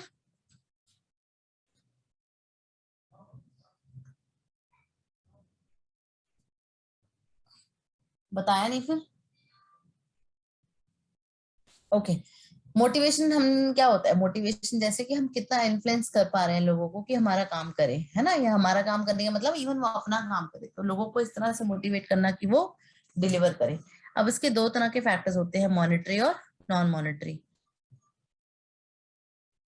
मॉनिटरी फैक्टर्स क्या होते हैं, जैसे आपका salary, wages, bonus, financial incentives, promotion देना, प्रॉफिट बांटना, स्टॉक ऑप्शन देना, है ना, इस तरह के ऑप्शन हम जब प्रोवाइड करेंगे वो हमारा मॉनेटरी ऑप्शंस रहेंगे। नॉन मॉनेटरी ऑप्शंस के अंदर आ जाता है आपका जहाँ पे हम लोगों को फाइनेंशियली तो मोटिवेट नहीं करे, बट हम नॉन फाइनेंशियल, जिसे हम उनको पोजीशन दे दी, उनकी वर्किंग एनवायरनमेंट अच्छी रखी, उनकी जॉब एनरिच कर दी, उनके रोल्स बढ़ा दिए, उनकी चैलेंजेस बढ़ा दिए, टीम बढ़ा दी, जॉब सिक्योर कर दी, एक अच्छा एनवायरनमेंट दिया। ऐसे अगर आपने बड़ी कंपनीज में देखा, लोग कम सैलरी में भी उस पे काम करना पसंद कर रहे होते हैं, क्योंकि वो कहते हैं कि यार एनवायरनमेंट अच्छा है, फैसिलिटीज अच्छी हैं, किसी तरह का ना रूड बिहेवियर नहीं है, और जॉब सिक्योर है, एक अच्छा ब्रांड है, एक अच्छी डेजिग्नेशन है। तो ये सारे फैक्टर्स से भी लोग मोटिवेट होके काम करते हैं, राइट। ये एग्जाम पॉइंट ऑफ व्यू से इंपॉर्टेंट टॉपिक है, ठीक है। Next we have communication. Communication क्या होता है? So it is a fundamental to the existence and survival of humans as well as to the organization. So it is a process of creating and sharing ideas, information, views, facts, feeling, etc. among the people to reach a common understanding. So communication क्या है? Basically हम लोग अपने ideas, अपनी information और facts को share कर रहे हैं, फीलिंग्स को शेयर कर रहे हैं लोगों के साथ, ताकि लोग उस मैसेज को या उस अंडरस्टैंडिंग को ले लें जो मैं उन तक पहुंचाना चाहती हूँ। जैसे अगर मैं आपको पढ़ा रही हूँ और आप सो रहे हो, तो मेरा कम्युनिकेशन फ्रूटफुल हो जाएगा, है ना? Am I correct Ritika? No, ma'am. No. Akhtar? नहीं, इसमें कौन है? सॉरी, हाँ अख्तर है, right. Akhtar, am I correct? Yes ma'am. Yes, okay. Gopikesh, am I correct? Akhtar तो पक्का सो रहा है। Akhtar, are you sleeping? नहीं नहीं नहीं नहीं नहीं नहीं नहीं। नहीं। तो मतलब जो मैं पहुंचाना चाह रही थी मैसेज आप तक सही से नहीं पहुंच रहा, तब भी मेरा कम्युनिकेशन अच्छा है, करेक्ट? नहीं, पहुंच रहे हैं, पहुंच रहे हैं। पहुंच गया, डोंट वरी, पहुंच गया, पहुंच गया। चलो, क्या पहुंचा फिर बताना।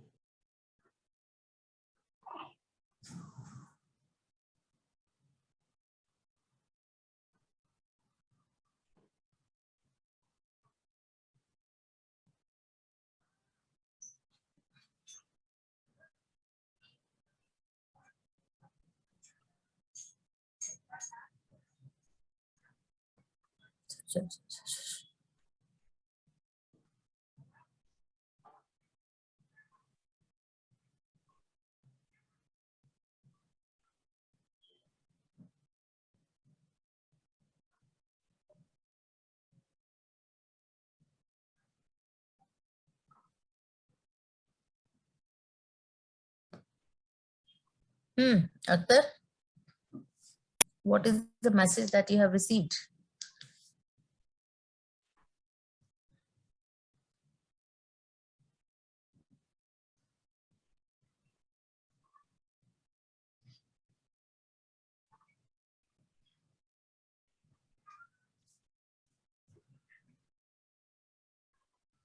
हेलो अख्तर? यस हाँ मैम। जी, क्या मैसेज पहुंचा, क्या कम्युनिकेशन पहुंचा तुम्हारे तक फ्रॉम माय साइड? आपने बोला है कि अगर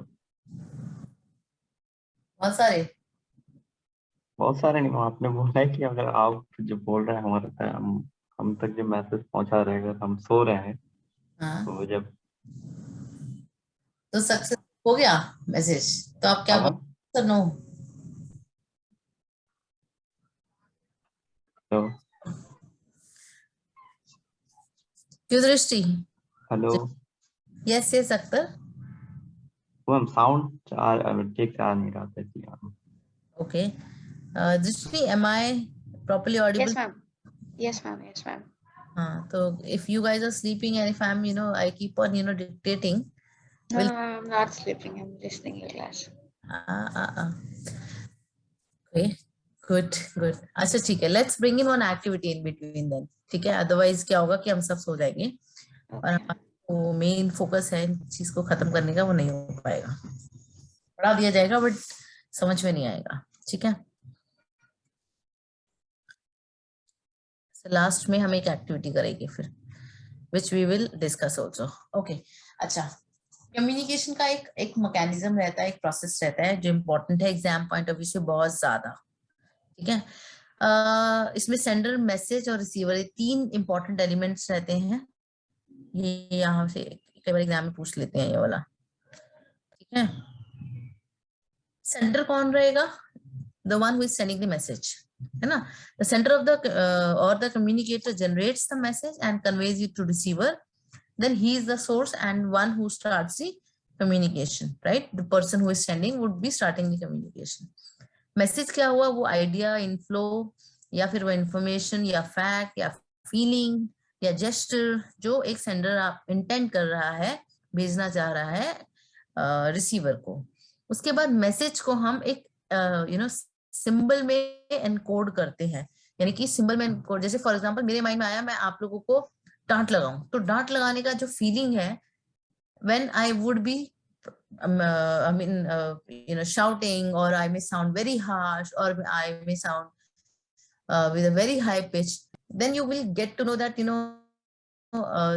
she's angry, she's trying to scold me, right?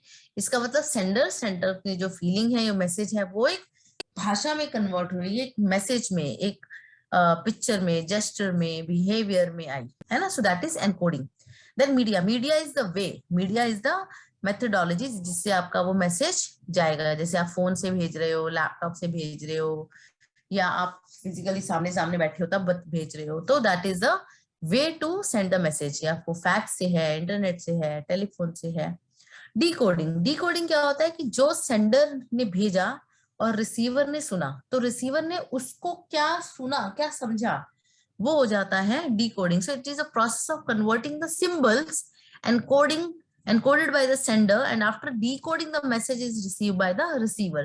अब ये तो चलो हम एनकोडिंग और डिकोडिंग उसके बारे में बात कर रहे हैं, बट ये तो मैंने आपको जेनरिक बताया। लेकिन जब जैसे ईमेल्स के ऊपर बात करें, या कोई टेक्नोलॉजिकल कोडिंग होती है जो हम आगे दिखाना चाह रहे हैं, या कोई नया एक स्टैंडर्डाइज फॉर्मेट या टेम्पलेट या कोई भी ऐसा बिजनेस एप्लीकेशन है जो हमने सेंडर को हमने रिसीवर को भेजा, रिसीवर ने उसको पढ़ा, अब पढ़ा और उसको क्या समझ में आया उससे, वो आपका डिकोडिंग हो गई, ठीक है। Then we have the receiver, so he is the person who is the last in the chain and for whom the message was sent by the sender. So once the receiver receives the message and understand in proper perspective and act according to message, only then the purpose of the communication is successful. तो मतलब मैंने अगर आपको बोला कि आप अच्छे से पढ़ो और आपने सुना उसको और आप उसको फिर अच्छे से पढ़ लिए, so that is the success of my message. That is the success to a sender who is sending the message. And then we have feedback. So once the receiver confirms to the sender that he has received the message and understood it, so then the process of message is complete. ठीक है।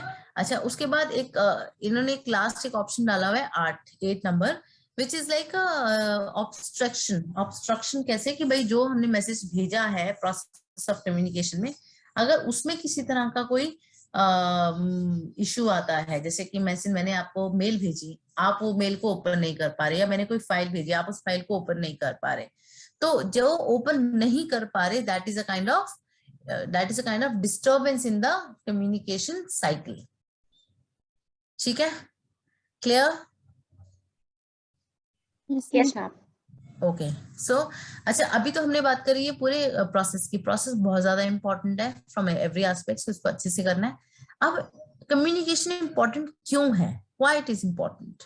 Obviously अगर मैं आपके साथ communicate नहीं करूंगी, मेरा coordination नहीं होगा, right? So if I have to coordinate with other departments, I will have to send message, I will have to connect with them. Either I'll be speaking, or I'll be sending the message or sending the email. जो भी तरीका है हम communication उसका करेंगे, तभी मेरा coordination बैठेगा। देन ऑब्वियसली अगर आपका कोऑर्डिनेशन अच्छा है, अगर आपकी कम्युनिकेशन प्रॉपर्ली हो रहा है, तो then it will also lead to a fluent working. Then we have a basis of decision making. So proper communication जब होगा तो मैनेजर्स के पास इंफॉर्मेशन पहुंचेगी, डिसीजन मेकिंग हो पाएगा प्रॉपर्ली, और जब प्रॉपर्ली डिसीजन हो पाएगा तो फ्रूटफुल आउटपुट आएगा, राइट? बट फ्रूटफुल आउटपुट आने के लिए आपके जो कम्युनिकेशन का बेसिस है वो बहुत क्लियर होना चाहिए, आपका जो डिसीजन मेकिंग है उस पे इम्प्रोवाइज डिसीजन मेकिंग होनी चाहिए। Then we have increase managerial efficiency. Obviously जब कम्युनिकेशन प्रॉपर हो रहा है, कोऑर्डिनेशन प्रॉपर हो रहा है, डिपार्टमेंट्स में किसी तरह का कोई क्योस नहीं है, क्विक डिसीजंस हो रहे हैं, तो ऑब्वियसली मैनेजमेंट की एफिशिएंसी बढ़ जाएगी। Then we have increases cooperation and organizational peace. Obviously, when people are connected with each other, they have the sense of belongingness. तो आपस में cooperation बढ़ेगा, organization के अंदर peace बढ़ेगी, लोगों का morale भी अच्छा होगा। Sorry. टाइप्स ऑफ कम्युनिकेशन कि किस किस तरह के कम्युनिकेशन होते हैं। सबसे पहले मैंने बात करी फॉर्मल कम्युनिकेशन। फॉर्मल कम्युनिकेशन में क्या होता है कि आपका जो इन्फॉर्मेशन जा रही, जैसे मैं टॉप पोजीशन ने फिर उसको जूनियर को दी, जूनियर ने फिर फर्दर जूनियर को दी, सॉरी, सो दैट मींस आपका वर्टिकल फॉर्मल कम्युनिकेशन चल रहा है, जहाँ पे प्रॉपरली सोर्सेज ऑफ रहते हैं कम्युनिकेशन के, जैसे कि आपका ईमेल है या आपका कोई सर्कुलर है या नोटिस है। Then we have horizontal communication also which is again part of formal.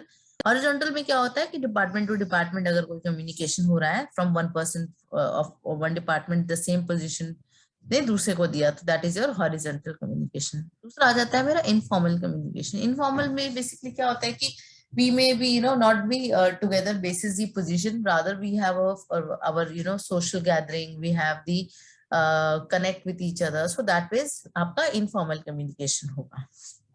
ठीक है, अब barriers to communication कि भाई क्या क्या टाइप के barriers हो सकते हैं। एक हो जाता है हमारा semantic barrier। semantic barriers क्या होता है, जैसे कि हमने जो जिस तरीके से अपना मैसेज भेजा, जैसे मैंने फॉर एग्जाम्पल कोई कोडिंग भेज दी, या मैंने कुछ जार्गन्स यूज कर लिए, या मैंने कोई लैंग्वेज ऐसी यूज कर ली बीच में, जैसे कुछ जर्मन वर्ड्स डाल दिए और आपको नहीं समझ में आए।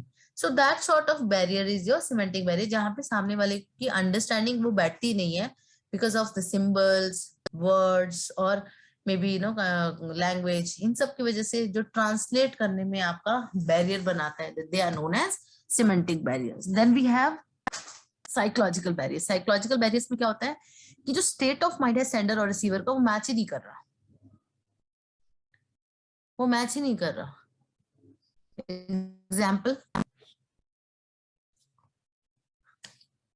Example any example guys?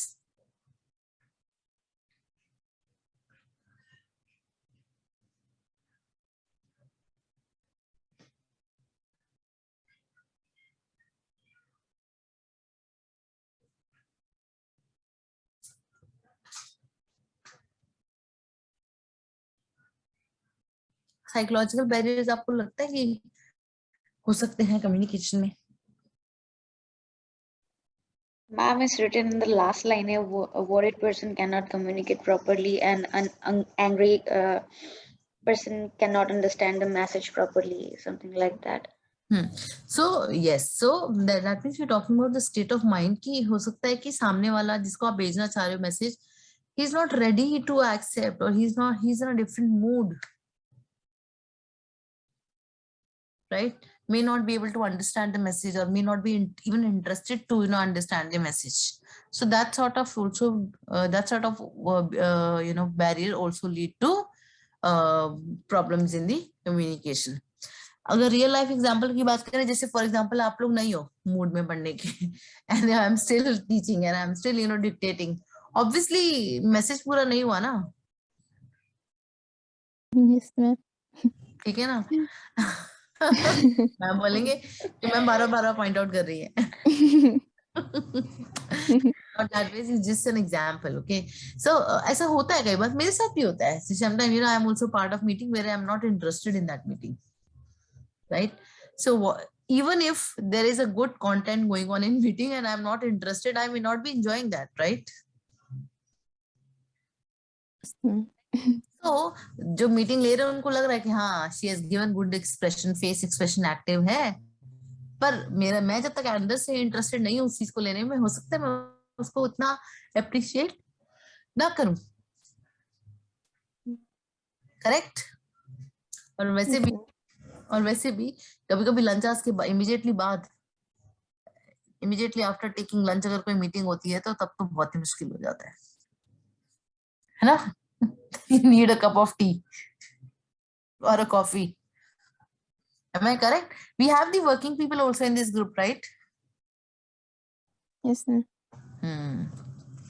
Who? Drishti? Maria. No, ma'am, I was working actually as a nurse. Okay. I quit. It's been 3-4 months. 4 months तो ज्यादा टाइम नहीं है. हाँ जी मैम. Experiences तो याद ही होंगे. बिल्कुल. Right? So same happens, right? It happens in every organization. Then we have organizational barriers. कई बार rules regulations इतने strong होते हैं कि उसकी वजह से भी लोग free communication नहीं कर पाते और काफी cumbersome या complex procedures होने की वजह से भी communication में proper clarity नहीं होती. ठीक है ना? कई बार अब जैसे फॉर एग्जांपल कोई नया प्रोसीजर आ गया मेरे पास, अब मुझे अपने टीममेट्स को बताना है और वो इतना कॉम्प्लेक्स है कि मुझे खुद में ही समझने में इसको दिक्कत हो रही है. तो मैं जब बताऊंगी तो मुझे खुद भी हेजिटेशन होगी बताने के लिए कि यार ये ऐसे है, ये ऐसे है, ये ऐसे है.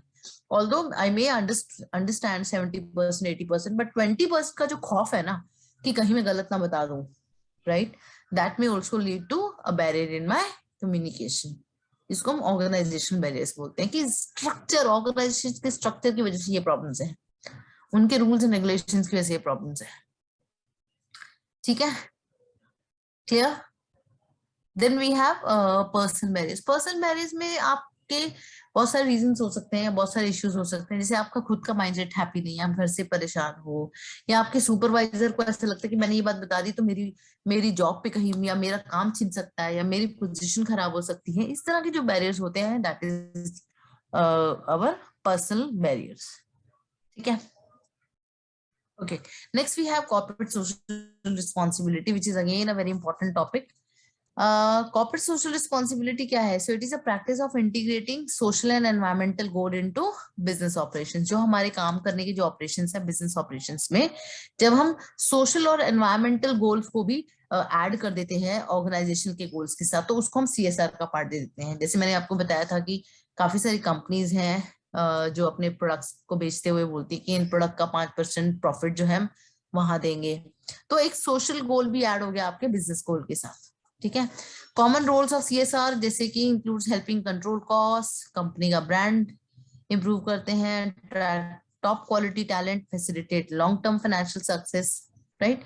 ये सारी चीजें ऑब्वियसली आपको दिखती हैं. जैसे कि आपकी कंपनी का ब्रांड अच्छा होता है, अच्छे लोग, क्योंकि अगर आपकी कंपनी CSR करती है और फेमस हो गई है, गुडविल अच्छी है, प्रॉफिट्स बढ़ रहे हैं, लोग का ट्रस्ट आपकी कंपनी में हो रहा है, रेवेन्यूज और सेल्स और प्रॉफिट्स बढ़ेंगे, तो ऑब्वियसली एक अच्छा टैलेंट भी आपकी कंपनी की तरफ अट्रैक्ट होगा.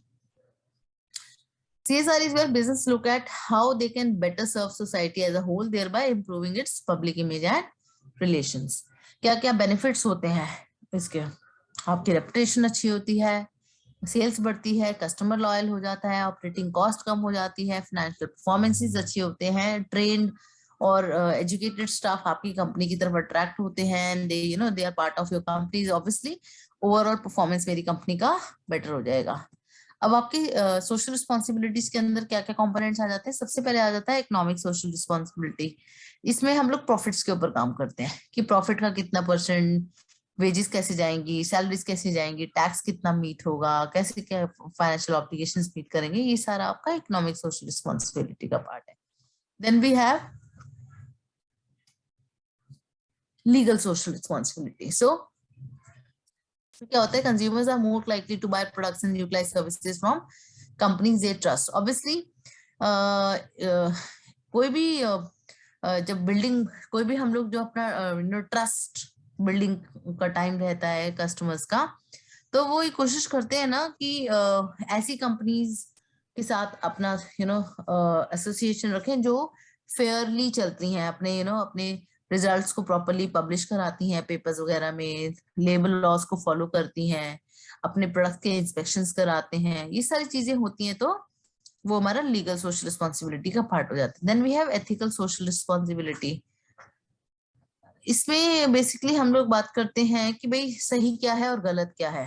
भाई उन बिजनेस को करने की प्रैक्टिसेस जो हम फॉलो कर रहे हैं वो कितनी करेक्ट हैं, हम जो सैलरीज दे रहे हैं वो अप्रोप्रिएट है, कितना जो है लेबर लॉ के हिसाब से हम लोग फॉलो कर रहे हैं, ये सारा पार्ट जो है मेरा एथिकल सोशल रिस्पॉन्सिबिलिटी में आ जाता है, right.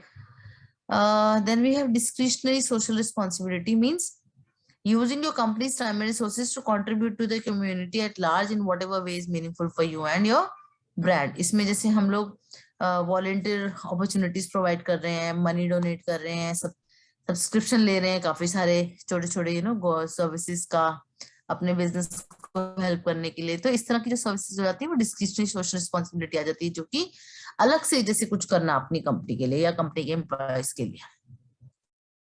Okay, then we have one more topic which is known as conflict management। जैसे आप में और मेरे में कॉन्फ्लिक्ट हो गया, ठीक है, मेरी और फॉर एग्जांपल किसकी लड़ाई करें आज, रुक जाओ, फॉर एग्जांपल मेरी और गोपिकेश की लड़ाई हो गई, ठीक है, ठीक है गोपिकेश। मैम ऐसा मत करिए मैम। नहीं करें, अच्छा नहीं। गोपिकेश नहीं, बोलो बोलो अख्तर बोलो। अच्छा एस बोलो, यू वर सेइंग समथिंग।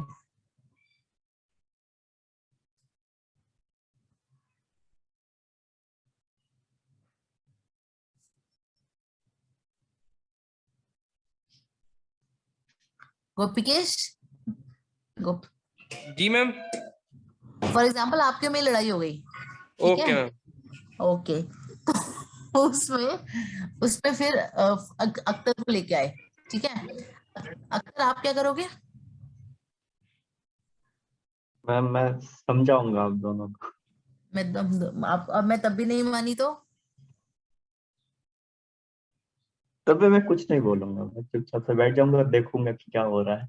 देखो कितना लड़ रहे हैं और कितना कितना कितना इनमें बहस हो रही है, कितनी आर्गुमेंट्स हो रही है, देखोगे आप।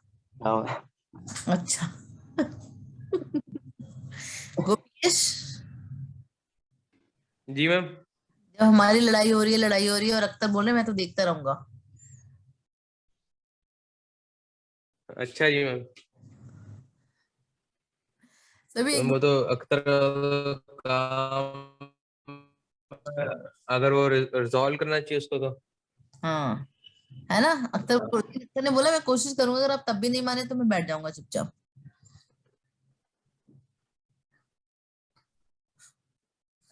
ओके, कंपनीज में भी बहुत सारी लड़ाइयां होती हैं, बहुत सारे इश्यूज होते हैं, ठीक है। अब जब कॉन्फ्लिक्ट्स होते हैं, conflicts happens, right, conflicts happens between employees, between employee and the management, तो अब ऐसे केसेस में हम लोग क्या करते हैं, किस तरह की टेक्निक्स को फॉलो किया जाता है ताकि इन कॉन्फ्लिक्ट्स को रिजॉल्व किया जाए, जिसको बोलते हैं कॉन्फ्लिक्ट मैनेजमेंट स्टाइल्स या अप्रोच या techniques. So conflicts happens, then these are the conflict style that a manager will follow। Number 1, सबसे पहले क्या करेंगे, एक जिसको बोलते हैं accommodating approach। इसमें क्या रहता है, an accommodating manager is one who cooperates to a high degree, so this may be at the manager's own expense and actually work against that manager's own goals, objectives and desired outcome। This approach is effective when the other person is the expert or has a better solution। so इसमें क्या होता है कि एक manager या एक supervisor क्या जो है वो कॉपरेट कर लेता है compare to the other person. Okay,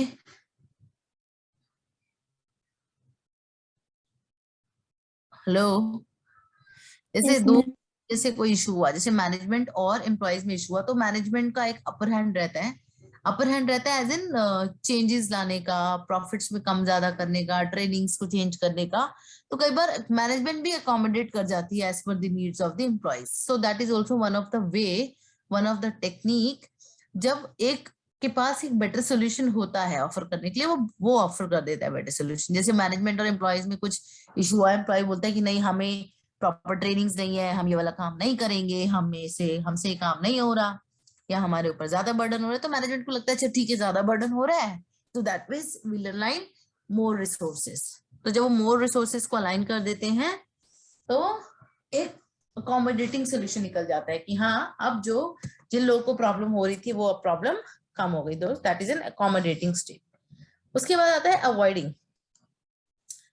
कई वो क्या होता है जैसे एम्प्लॉइज भर भर बोल रहे हैं मैनेजमेंट को हमें प्रॉब्लम है, मैनेजमेंट सुन के भी अनदेखा अनदेखा अनदेखा कर रही है। क्यों? ऐसा क्यों?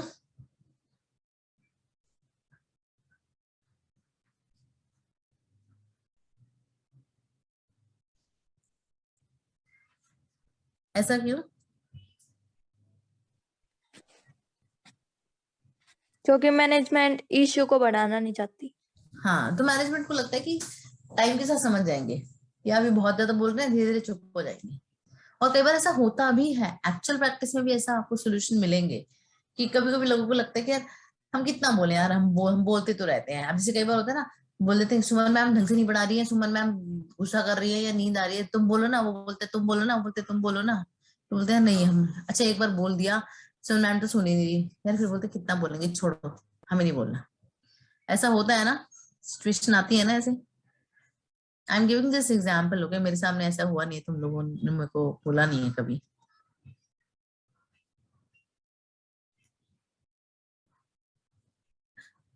am I correct, Maria? Yes, ma'am. Does it happen? Yeah. But it is also a way to you Yes, know yeah, to resolve the conflicts. Then we have collaborating. इसमें क्या होता है कि कोलैबोरेट कर जाते हैं, मतलब थोड़ा सा किसी ने एडजस्ट किया, थोड़ा सा किसी ने एडजस्ट किया, तो दोनों की विन विन सिचुएशन हो गई। जैसे कि अगर एम्प्लॉइज, जैसे दो लोग आपस में छुट्टी के लिए मतलब बोल रहे हैं अपने मैनेजर को मुझे भी चाहिए मुझे भी चाहिए, तो अब एक ही दिन में दोनों को चाहिए, हम नहीं दे सकते, हम बोलते हैं कि हाफ डे पे आप चले जाओ, हाफ डे पे आप चले जाओ। अब दोनों आपस में डिसाइड कर लो कौन से फर्स्ट हाफ में किसको जाना है, सेकंड हाफ में किसको जाना है। ठीक है, so that means it's a win win situation, collaborate कर लिया। कॉम्पिटिंग के अंदर विन और लूज वाली सिचुएशन आ जाती है, विन लूज अप्रोच बोलते हैं उसको। पहली विन विन वाली थी, अब विन लूज अप्रोच है। सो इसमें क्या होगा, manager is acting in a very assertive way to achieve his or her own goals without seeking to cooperate with other employees. So it may be at the expense of those other employees. This approach may be appropriate for emergencies when time is of the essence. जैसे कई बार क्या होता है ना कि order ही देना पड़ता है, मींस जैसे अगर कोई इमरजेंसी की सिचुएशन आ गई, स्पेशली मेडिकल इमरजेंसी में, डॉक्टर ने बोल दिया भाई इतने घंटे मुझे ये सपोर्टिंग स्टाफ यहाँ पे चाहिए, मैं कुछ नहीं कर सकता। सो दैट वेज जो आपका सिचुएशन होती है जहाँ पे आपको एक फोर्सफुली इम्प्लाई कराई जाती है चीजें, that is a competing stage, competing approach भी बोलते हैं उसको। कॉम्प्रोमाइजिंग विन लूज सिनेरियो है जिसमें neither person nor manager really achieves the way they wanted, so they require a moderate level of assertiveness and cooperation. It may be appropriate for scenarios where you need a temporary solution or where there both sides have equally important goals. So compromising में क्या रहेगा कि दोनों ही ready नहीं है एक दूसरे के साथ एडजस्ट करने में। ठीक है, इसमें विन लूज सिनेरियो रहता है, मतलब दोनों के लिए ही कहीं ना कहीं नुकसान है। अब जैसे अभी मेरी और अगर किसकी लड़ाई करी थी हमने, गोपीकेश की, हम लोग झगड़ा करी जा रहे, तो ऑब्वियसली कहीं ना कहीं टाइम लूज हो रहा है, सिचुएशन विन विन वाली कहीं नहीं आ रही। समझ आया? कॉपरेशन की जरूरत होती है बट वहां पे सिचुएशन सोल्यूशन हमें नहीं मिल रहा, सो that is your compromising state.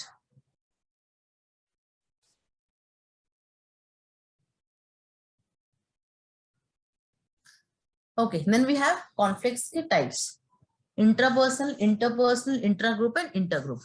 बहुत easy है। Intrapersonal means person to person, one department person to other department person. Interpersonal means from one person to another person. Groups के बीच में या अलग अलग ग्रुप्स के बीच में अगर हमारे कॉन्फ्लिक्ट्स हो जाते हैं उसको बोलते हैं हम intra group and inter group के अंदर, ग्रुप के अंदर। इंट्रा मीन्स एक ग्रुप के साथ दूसरे ग्रुप का। ठीक है, इसका just go through these 4 topics फटाफट से, फिर एक क्वेश्चन पूछती हूँ मैं आपसे। इंट्रापर्सनल, इंटरपर्सनल, इंट्रा ग्रुप और इंटर ग्रुप, ये चारों पढ़ो। यू हैव 10 मिनट्स, फटाफट से इन चारों को पढ़ लो, then I will ask something from you. कि इसके ऊपर ना ऑब्जेक्टिव क्वेश्चन बनता है जनरली, पढ़ लो इसको चारों जल्दी से।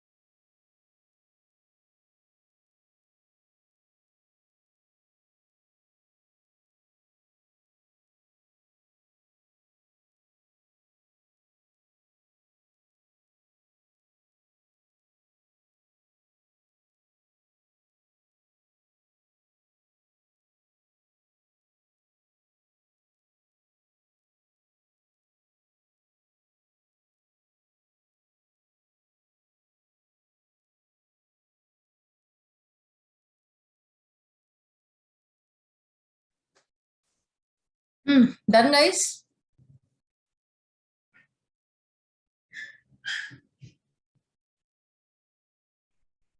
Yes, ma'am. Everyone? Yes, ma'am. Yes, ma'am. Okay. So क्या है इंट्रापर्सनल? कौन बताएगा?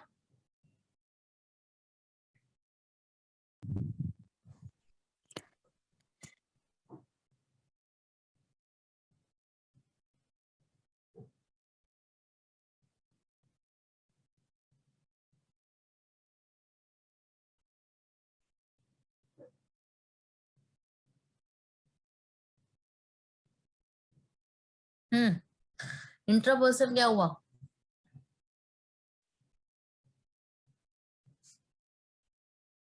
एक खुद का पर्सन का और उसकी ऑर्गेनाइजेशन के साथ कॉन्फ्लिक्ट होना, या एक ही बंदे का अपने अपने ही गोल्स में डिफरेंसेस होना। जैसे इन्होंने एग्जांपल दिया है बहुत अच्छा लास्ट में कि a role conflict where a worker might have to choose between a dinner with clients or a dinner with family. Getting? यहाँ पे किसी से पर्सन किसी दूसरे पर्सन से कॉन्फ्लिक्ट नहीं है, खुद से ही कॉन्फ्लिक्ट है कि मैं क्या क्लाइंट के साथ डिनर करने जाऊं या फैमिली के साथ करूं या फैमिली के साथ टाइम स्पेंड करूं। सो that is your interpersonal conflict, एक इंडिविजुअल का कॉन्फ्लिक्ट। और इंटरपर्सनल की बात कर, मतलब ये इंट्रा हो गया। इंटरपर्सनल की बात करें तो between two, Between two or more. ठीक है ना, दो या दो से ज्यादा लोगों में जब कॉन्फ्लिक्ट होते हैं तो इंटरपर्सनल आ जाते हैं। ऐसे ही आपका इंटर ग्रुप है, जहां ग्रुप के बीच में ही एक ही ग्रुप के अंदर जहाँ पे मेंबर्स में आपस में कोई कॉन्फ्लिक्ट हो गया, लेकिन इंटर ग्रुप में between from one group to other group. ठीक है, clear? Yes, ma'am. Yes, ma'am. Yes, okay. अच्छा, अब उसके बाद बताते हैं कॉन्फ्लिक्ट का प्रोसेस एग्जैक्टली कैसे कॉन्फ्लिक्ट अराइज। इसके 5 स्टेजेस बताइए हैं। सबसे पहले पोटेंशियल ऑपोजिशन और इनकम्पैटिबिलिटी, जहां पर हम लोग इनकम्पैटिबल हैं, हम लोग एग्री नहीं कर रहे, हमें कोई इशू आ गया है। That is your potential. कहाँ कहाँ के ऐसे ऐसे ऑप्शंस हो सकते हैं जिसमें, या किस किस वजह से, जैसे रॉन्ग कम्युनिकेशन हुआ, कोई पर्सनल वेरिएंसेस आ गए, स्ट्रक्चर में गड़बड़ है ना, ऑर्गेनाइजेशन के स्ट्रक्चर की वजह से आप इनकम्पैटिबिलिटी आ रही है। ठीक है, hi guys just moment.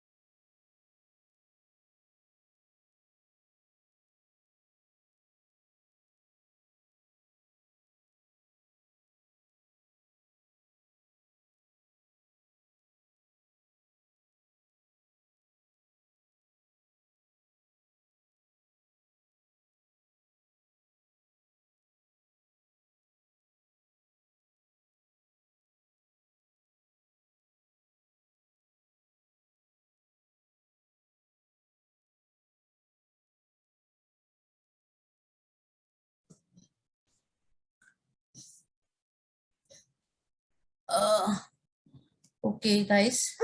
So we have covered this. Okay, so we were covering on the conflict process. So one is potential opposition, wherein we say there is an opposition chances. Then we have cognition and personalization. We have personal, consequences of personal disagreeableness. Then our intentions are not positive, or somebody's intentions are not positive. Their behavior is creating problem, and later on the outcome. So all these factors leads to the conflicts, right? तो इसी वजह से conflict खड़ा होता है. सबसे पहले आपका ऑपोजिशन के चांसेस क्या हुए, फिर ऑपोजिशन हुआ, फिर इंटेंशंस गलत हुई, उस तरह से बिहेवियर गलत हुआ, और फाइनली एक रॉन्ग आउटपुट आया. तो that ways it leads to a conflict in the organisation. Okay guys? Yes, ma'am. ठीक है. अच्छा, ये वाला ना एक बार प्रोसेस आप लोग पढ़ लेना अच्छे से, क्योंकि इसमें कई बार ना क्वेश्चंस निकल के आ जाते हैं कि कौन सी तरीके हैं, किस वजह से आपका कॉन्फ्लिक्ट खड़ा होता है, एंड मैकेनिज्म क्या होंगे उसको रिजॉल्व करने के. तो कॉन्फ्लिक्ट के ऊपर आपका क्वेश्चन बन जाता है. ठीक है, तो इसको आप लोग सब पढ़ लेना. I will share this file. अब नेक्स्ट जो हम ऑर्गेनाइजेशन बिहेवियर है वो अपने नेक्स्ट क्लास में स्टार्ट करेंगे. ठीक है? Okay ma'am. Okay, ma'am. Okay guys, then thanks for giving time, and next time हम लोग और थोड़ा और चीजें कवर कर जाएंगे इसमें. ठीक है? Okay. Okay, ma'am. Okay, Thank you, ma'am. Okay ma'am. Thank you. Bye bye.